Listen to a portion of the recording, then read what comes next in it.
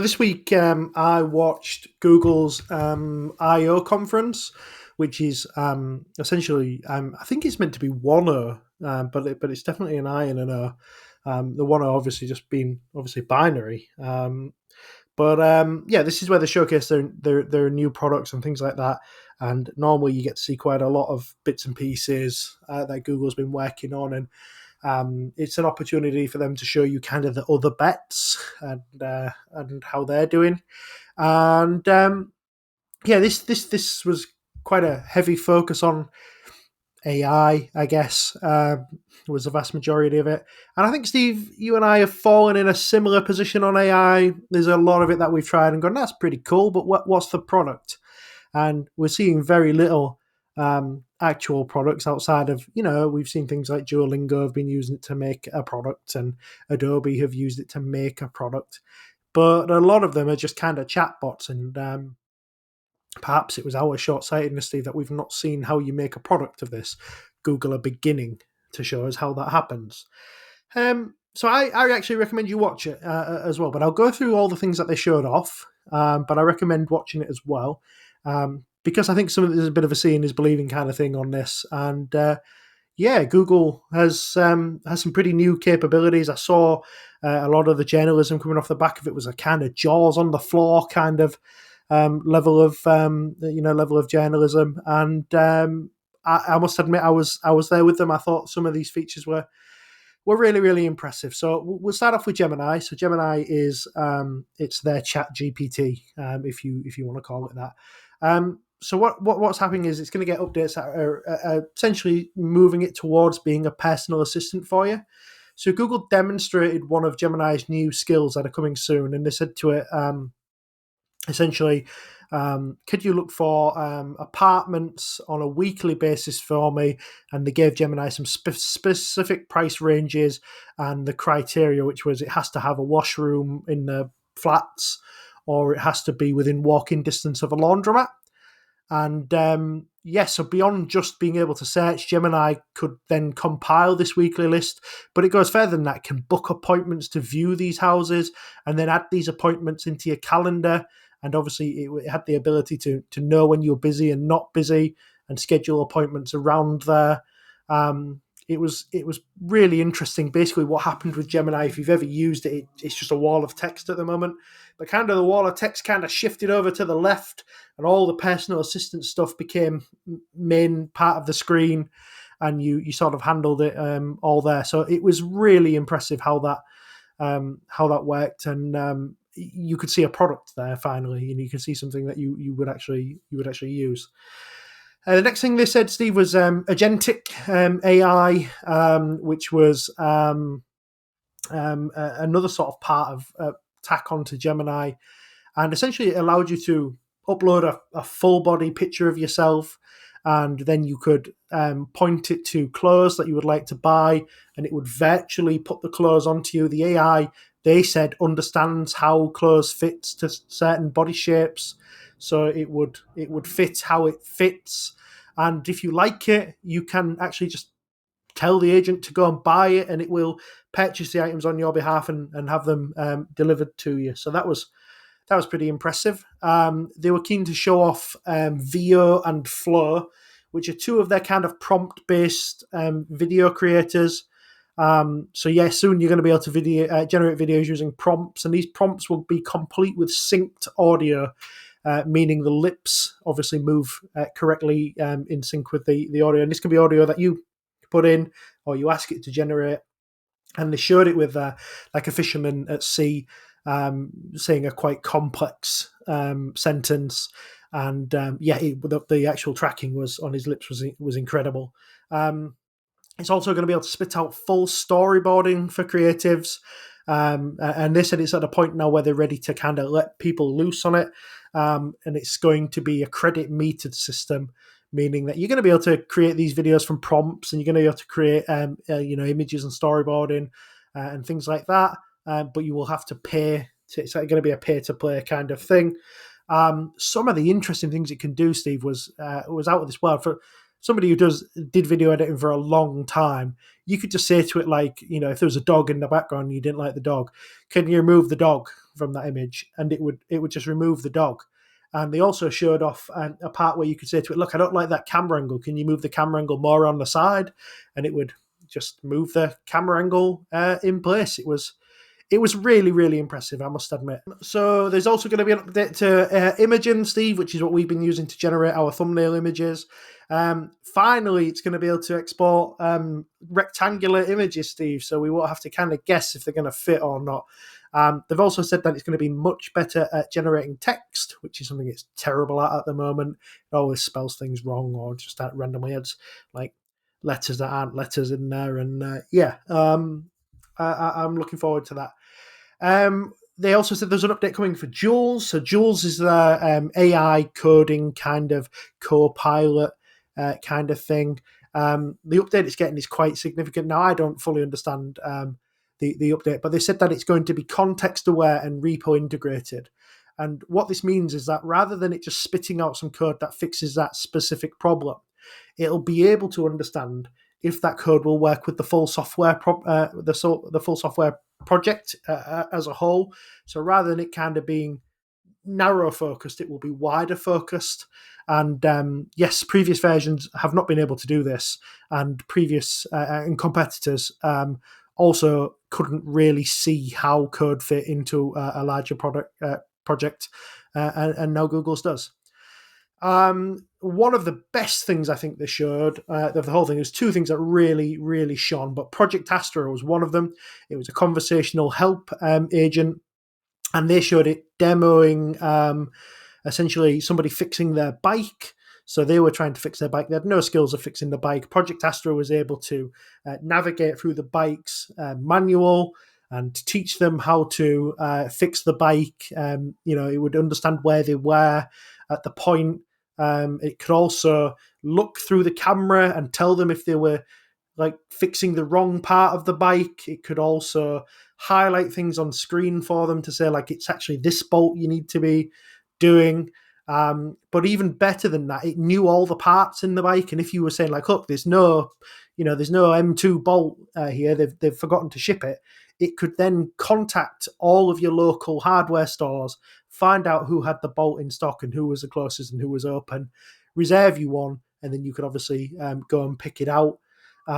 They also showed it basically reading a manual and then looking at a wall full of bolts, and on screen it was able to highlight the specific bolt that was required for that bike. So it was really impressive, Steve. I must admit, it was. You could see the formations of a product. So on to Gemini. They said that they've enhanced the voice and language. They have made it more expressive. They've made it closer to natural speech. And now it can even switch to whispering, which is the creepiest thing you will ever come across. Additionally, it can now switch between different languages as it's going, and it maintains the same tone. And this was demonstrated by going from English to Hindi and then back to English all in a sentence, which was impressive. And it all sounded like it was coming from the same person, which was interesting. They showed off something called Stitch. Stitch is basically an AI app for building interfaces, builds them based on prompts. And the example they showed was kind of like a Visit California style app, but it just looked like Airbnb, and it was all done from one prompt. It was really impressive how quick and speedy it was. This was probably the most impressive of the whole thing. Google Meet is going to get real-time translation. So say, for instance, in the example they showed, it was an English person who didn't speak Spanish speaking to a Spanish lady who didn't speak English. In real time, Google Meet was translating the voice from English and speaking it to the Spanish lady in Spanish, and obviously vice versa as well. Now, they said that, and in all honesty, it can only do English to Spanish and Spanish to English at the moment. But it did do it, and it was a bit sort of Star Trek-y, Steve. They showed off a bit more of DeepMind's knotted math capabilities in their AI engine. Apparently, knotted math is very difficult for AI models to do. Google, they showed showed it against its competitors, and it was smashing on complex tests and on various maths functions. It was really resoundingly beating the competition.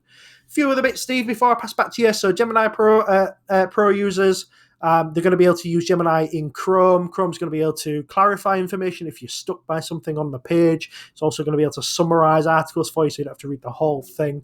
In Gmail, that's now becoming context aware.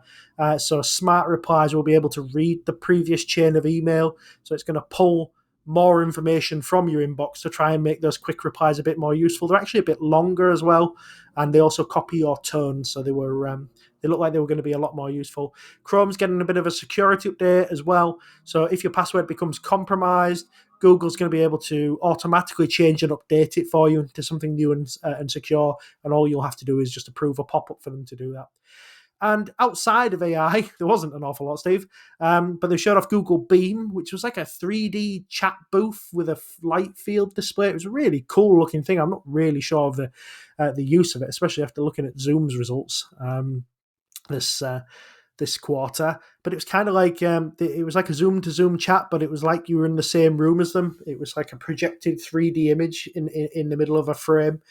It looks really interesting, maybe a little bit over my head and something I would absolutely never use, but it's there. They also said Android XR, which is its sort of mixed reality features for operating system for smart glasses. That's getting numerous updates. It's going to essentially be able to use most of what I've just read in that spiel. But they said Warby Parker, X-Rail, Samsung, and the massive company Gentle Monster, Steve, are developing some smart glasses that will obviously integrate features mentioned. And yes, if you want the most advanced versions of these features, Steve, there's going to be an ultra tier, and it's going to cost you a cool $250 a month. So there's a lot of stuff happening at Google. Obviously, I would imagine it's unlikely that you'll want all of those things and all of the credit metering sort of systems going, but there's stuff in there, Steve, that you're just beginning to think. And this is the reason Google's up so much today. I think people have had their imaginations run wild a little bit because obviously dead company Google, Steve, has got the beginnings of some very interesting products there. What's jumping out to you? A few things. I think I'll probably lump them into categories here. I mean, the first thing that kind of stands out to me here is I think there's a kind of slightly lazy but not crazy unjustified based on the way kind of Google operates or Alphabet operates, a way of thinking that there's not really much going on in the other bets thing. They don't break this stuff out very often, right? They stick it all into a category labeled other bets, and people think of Waymo fairly obviously because there has been quite a bit of information about that recently. But these kind of things are always good to remind you that Alphabet is not just standing still and waiting for search and relying on its search dominance in a sort of kind of kick back, feet up sort of way. It is still working hard. It is still innovating. It is still doing stuff. It is still figuring out problems like knotted math, whatever that is. I'm not going to pretend to understand properly what that involves, but the thought here is more that there's still stuff going on here and there is still meaningful advances going on. I think also, as a very small point here, it's good to see them get a launch good in this case. I mean, when they first launched Bard, it sort of famously wasn't a particularly impressive launch of anything, and the stock went down as a result, probably unjustifiably. But also not entirely incomprehensibly. So seeing an impressive product, not product launch, but kind of update, I guess, where they show off some things and they look genuinely impressive, I think is valuable here. I was sort of trying to categorize these in my head a little bit into things where the big advantage is that Alphabet's getting there first, and the big advantage is that what it's doing is basically entrenching their ecosystem further. So early on, you mentioned the stuff about kind of Gemini PA effectively, and the idea that it will kind of manage your really manage your diary in the style of an actual PA. If they can get that right and they can be there reasonably quick with that, my suspicion is that's the kind of thing that, especially if it's Google, once you get yourself set up in there, you don't really move out of it again. These are all things. I mean, I find it hard enough to shunt my Google Calendar somewhere else onto Teams or whatever and get the two to talk to each other. And I'm sort of forced onto Teams a little bit by work, and work meetings kind of all go through that because that's what we have a subscription to, like most kind of industry kind of based organizations. Institutions is what I'm looking for there. But the more I kind of get my stuff set up on a kind of Google PA, I imagine the more that kind of almost locks me into an Android ecosystem, not in a kind of unfair, anti-competitive way, in terms of this widens the moat in a certain sort of fashion. And then there's a whole bunch of other stuff where I'm not sure about the kind of switchability of it. To some extent, at the moment, as I find it as a user, Gemini is largely indifferent from ChatGPT. I sort of view the two as interchangeable in a certain way, and I'll be honest, sometimes I use one and sometimes I use the other. But the more stuff starts coming through here, like improvements to Imogen, the thumbnail thing that we use, to improvements there, various things in that you can kind of add on there that make it better, there's a chance for them to kind of break into the lead a little bit. The competition's not straightforward. Microsoft won't stand still here, but I am impressed by the thing you described as Astra, because the big value that has always been added by people, in-person people, whether they're tutors or trainers or coaches or whatever, has been over watching a YouTube video of these things. Of, we can see what you're doing, we can correct your stuff, we can help you. If you think about gym personal trainers for the moment as a different example, we can look at you doing a squat rather than tell you or show you how to do a squat. We can talk about all kinds of things in a demonstration video, but our ability to see what you're doing and saying you need to get your hips further back or something is where you really get value from in those things. I was fascinated, initially horrified, but afterwards fascinated by the idea that Astra can kind of look down your camera at what's going on and say, yeah, you got it upside down, or you're looking at the wrong bit, or something like that in terms of fixing a bike example. I thought that's potentially huge, especially if they're kind of there first on this. And it does seem to me like the kind of thing where it feels a bit YouTube-y, of the first to get good at this and the first to get to scale probably wins, and wins in quite a big way. So I was very much taken with that. The around the other stuff, kind of Flow and the other thing, VIO, that was, I thought that was probably interesting from your perspective, to be honest, Steve. I was trying to work out how long it is until you can just fling one of our videos into an AI editor and say, go for it. We get a bit of the way at the moment, I think, with the built-in AI from this sort of thing, but there's still more work for you than you might imagine there will be one day in the future. And I sort of view that positively from your perspective. You do way more on this sort of thing than I do. I've so far got around to generating some thumbnail images, is the scope of my competence so far. But one day the time's coming when you can just relax and let all this happen, I think. Yeah, I agree, Steve. So the AI editor that we have at the moment is very good. As Zencaster, it basically takes the two. We record separately, just to let people know at home how it works.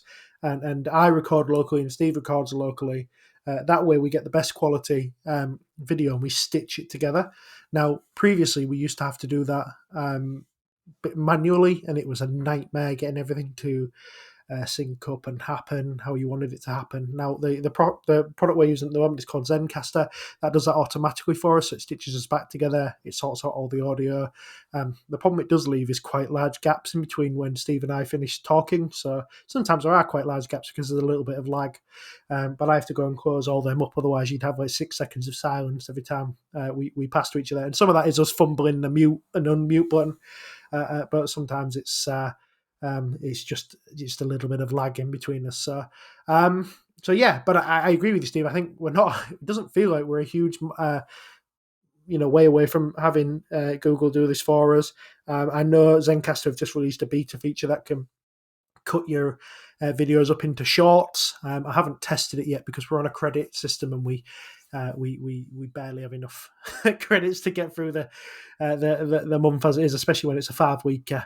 So we will we'll see on that, Steve, is what I would say. So obviously the I/O continued today, Steve, and it was pretty much Waymo's chance to shine today. About 5 months ago, I don't know if you remember, Steve, we said on the show that they'd passed 5 million paid rides, and we said that was quite an achievement. They were doing about 200,000. I think it's 200,000 paid rides. Was it a week or was it a day? I can't remember. It was it was a week. 200,000 paid trips a week.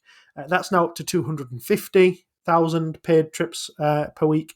And they've gone, Steve, from 5 million robotaxi trips are already at 10 million. So that is going at a right rate of knots. They said that they were all paid trips. They represent people who are integrating with the Waymo driver and integrating into their lives. And yeah, it looks really impressive. I think Waymo is one of those businesses that you didn't really think it was one of those things that you could think Google would cut at any moment, kind of thing. Especially as sort of competition got a bit hotter and people were racing to get this across the line. But Waymo's just kept doing its thing, and yeah, it's interesting. So Google are pushing Waymo, just so you know. The CEO, who's Malkana, said that Google were pushing it to be sustainable. Essentially, that they've told Waymo to be focused on building a sustainable business, not something silly like the Ubers of old and things like that. And have basically challenged Waymo to prove that they can be a profitable business and to present a path to profitability. So that will come with scale, Steve, I believe. I think that's kind of what's going to happen. And yeah, Waymo was the first across the tape, and they have gone racing off, and they look really impressive, Steve. I think that's another really impressive arm of Google's business. Would you use Waymo over here, Steve? My self-drive on my Tesla scared the life out of me for self-driving. It used to drive on the wrong side of the road. It used to just forget about corners. It used to just drive through like bits and pieces. And I know people are saying you get the dumbed down version of the American software, but I mean, Christ, I wouldn't have even shipped it. I've got a corner up here. It's not even a sharp corner, just outside of my house. And when you let it self drive up there, it quite literally drove on the wrong side of the road to go around the corner. And there's no reason for it to do that. There was just no reason. So yes, I mean, obviously Waymo, they did say in the IO that they stressed that because Elon has said essentially their technology is pointless. That was the word he used. He said that it's not needed, it's pointless. You didn't need to go down that route. And Waymo's sort of counter argument to that is we're building this in what we feel is the safest way possible, not the most effective or the cheapest. We feel this is the safest way to to get this product, I suppose, on the road, Steve. And yeah, I kind of agree with them, Steve. I think out of all of them, Waymo is the one that I would definitely give a whirl over here, Steve. How about you? I don't think I'm going to be an early adopter of anything like that on this side, whether it's Waymo or anybody else. I feel like it's the kind of thing where I might get there eventually, but only having watched several other people have a go before me. And potentially, I'm not kind of against the idea full stop.